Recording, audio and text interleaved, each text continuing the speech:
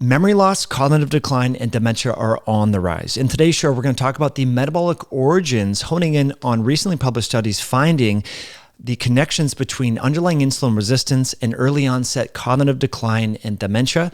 We know that Alzheimer's disease is the fourth leading cause of premature mortality in the US, and we know that it's the most common form of dementia. Now, it's been known for at least 18 years that Alzheimer's disease is characterized by insulin resistance. And Suzanne de la Monte coined the term type 3 diabetes. Her team examined postmortem brain tissue analysis of Alzheimer's disease patients, finding that Alzheimer's disease may be a neuro-endocrine disease associated with dysfunctional insulin signaling. Her team coined the term type 3 diabetes because it harbors elements of both type 1 and type 2 diabetes, since there is both a decrease in the production of insulin and a resistance to insulin receptors.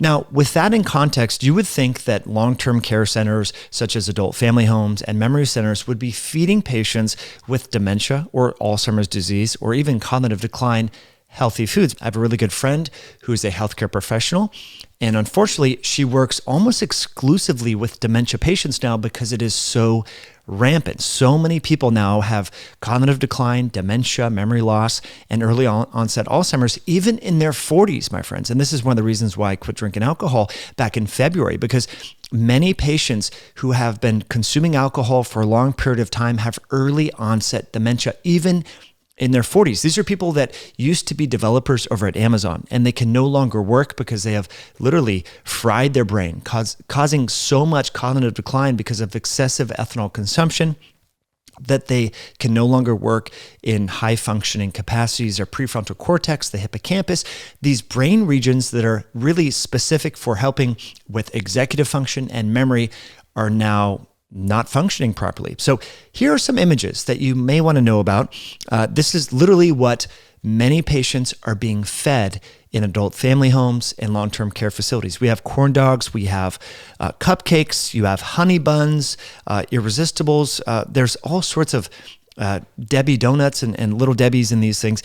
And again, it's been known for almost 20 years that underlying insulin resistance is a key pathophysiologic feature exacerbating the decline of cognitive function and executive function and memory and even mood in people with these different disorders. So an excellent paper that I want to share with you today, I'll share some images and some quotes from this paper, is titled "The Role of Insulin Resistance in Alzheimer's Disease Progression." So it turns out that these are two sides of the same coin. We'll talk about statistics and prevalences and trends in just a moment. But it seems that underlying peripheral insulin resistance exacerbates insulin resistance in the brain, creating a state of hypometabolism, rendering the various features of the brain, such as the glial cells and different key structural cells that are responsible for homeostatic functions within the brain, helping to clear different neurotransmitter byproducts and debris and so forth, become augmented and dysfunctional in the context of insulin resistance. And it turns out that this is a key finding. People who have insulin resistance, we'll talk about this Baltimore longitudinal study. The title of this paper is Associations of Adiposity Status and Changes in Early to Mid-Adulthood with Incidence of Alzheimer's Disease. This is an ongoing study that has been going on since the 1950s. And what this study found is individuals who gained weight in their 30s and 40s had orders of magnitude higher risk for developing Alzheimer's disease in their 60s and 70s. So I want you to remember that anytime the mainstream media promotes the myth that you can be healthy at any size, because we know that the adiposity, the underlying insulin resistance, and concomitant inflammation that is characteristic of gaining weight, specifically belly fat, but other forms of fat, actually compromises brain function later in life and is associated with significantly increased risk factors for cognitive decline later. We're going to talk about more pathophysiologic abnormalities shortly and hone in on specific things that you can do, because the holidays are coming up. You're going to be talking about various health parameters and things with friends and family, you might notice your in-laws or your own family members are struggling with word retrieval, mood issues, memory issues, and I would like you to have solutions, and we're going to get to those solutions such as low-carb dieting and exercise and much more. But first, friends, just want to say thank you for being here. I appreciate your likes, your comments, your shares. If you have a friend or family member who may benefit from this information, please directly share this video as a text message. That goes a long way in helping to share the scientific articles that unfortunately don't make their way often into the mainstream press, but they should. Furthermore, since we're talking about metabolic health, a natural tool that can help you is the berberine fasting accelerator by Myoscience. This is a phenomenal way to not only curb those pesky evening food cravings for cookies, alcohol, ice cream, things like that, but it can help increase ketones. That's one of the reasons why I got very excited about berberine back in 2015. I was running a continuous glucose monitor, testing my ketones all the time, and I saw almost within 30 minutes, my ketone levels would dramatically increase and my glucose levels would basically flatline. And so this is a natural product that you can actually test using objective tools such as a ketone meter or glucose meter. And it also helps with cravings that can help foster lifestyle change. There's hundreds of reviews over at myoscience.com. You can use the code podcast to save at MYOXCIENCE.com. That's Myoscience with an X. I'll put links in the description below. Okay, so let's go back and talk about this concept known as type 3 diabetes and hone in on what you can do to help optimize cognition throughout lifespan. A paper you may want to know about is titled Alzheimer's Disease, Is Type 3 Diabetes Evidence Revisited? From, again, Suzanne de la Monte, who coined the term type 3 diabetes. She says, extensive disturbances in brain insulin and insulin-like growth factor signaling mechanisms represent early and progressive abnormalities and could account for the majority of molecular, biochemical, and histopathological lesions in Alzheimer's disease. We conclude that the term type 3 diabetes accurately reflects the fact that Alzheimer's disease represents a form of diabetes that selectively involves the brain and has molecular and biochemical features that overlap with both type 1 and type 2 diabetes. Now, it's not uncommon for people as they get older. You speak with anyone in healthcare to have both type 1 and type 2 diabetes. Oftentimes, this comes from poorly managed type 1 diabetes and the excessive use of insulin, which then causes type 2 diabetes. Now, just imagine what that is doing to the brain, considering the fact that insulin is so critical for maintaining homeostatic functions, priming these microglial cells that help prune the brain and clean up the brain and various neurotransmitter and metabolic metabolites, but also impacting the hippocampus and the prefrontal cortex and preventing beta amyloid plaque formation. Now, it's also important to recognize that the prevalence of prediabetes in elderly people is 75%. So majority of the people that you are associating with in your peer group, your social circles, your work group, if they're over the age of 65, majority of these people have prediabetes, predisposing these individuals to cognitive decline, which is why it's so important to adhere to a low-carb diet, especially as you get older, and we're going to review that evidence very shortly. This paper I found was quite interesting, titled Diabetes Mellitus Type 2 as an Underlying Comorbid or Consequent State of Mental Disorders. Now, the association with insulin resistance and depression is quite strong.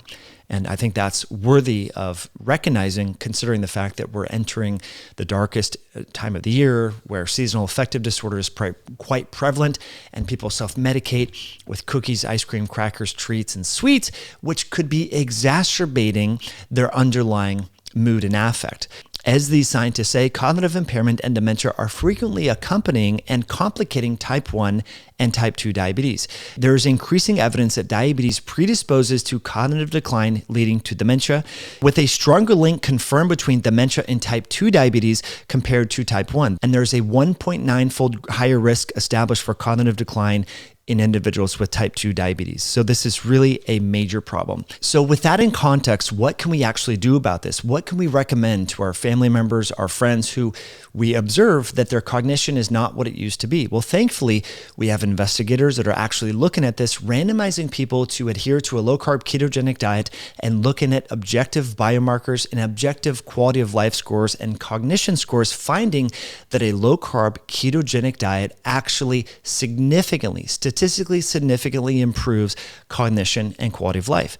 This paper, titled Randomized Crossover Trial of a Modified Ketogenic Diet in Alzheimer's Disease, involving 26 patients, actually crossed over, meaning they had people do a ketogenic diet or placebo and then randomize or cross them over to the alternate groups, like the control group that didn't eat a ketogenic diet, then went on a ketogenic diet, and vice versa. So here's what they found. This is a first randomized trial to investigate the impact of a ketogenic diet in patients with uniform diagnosis of Alzheimer's disease.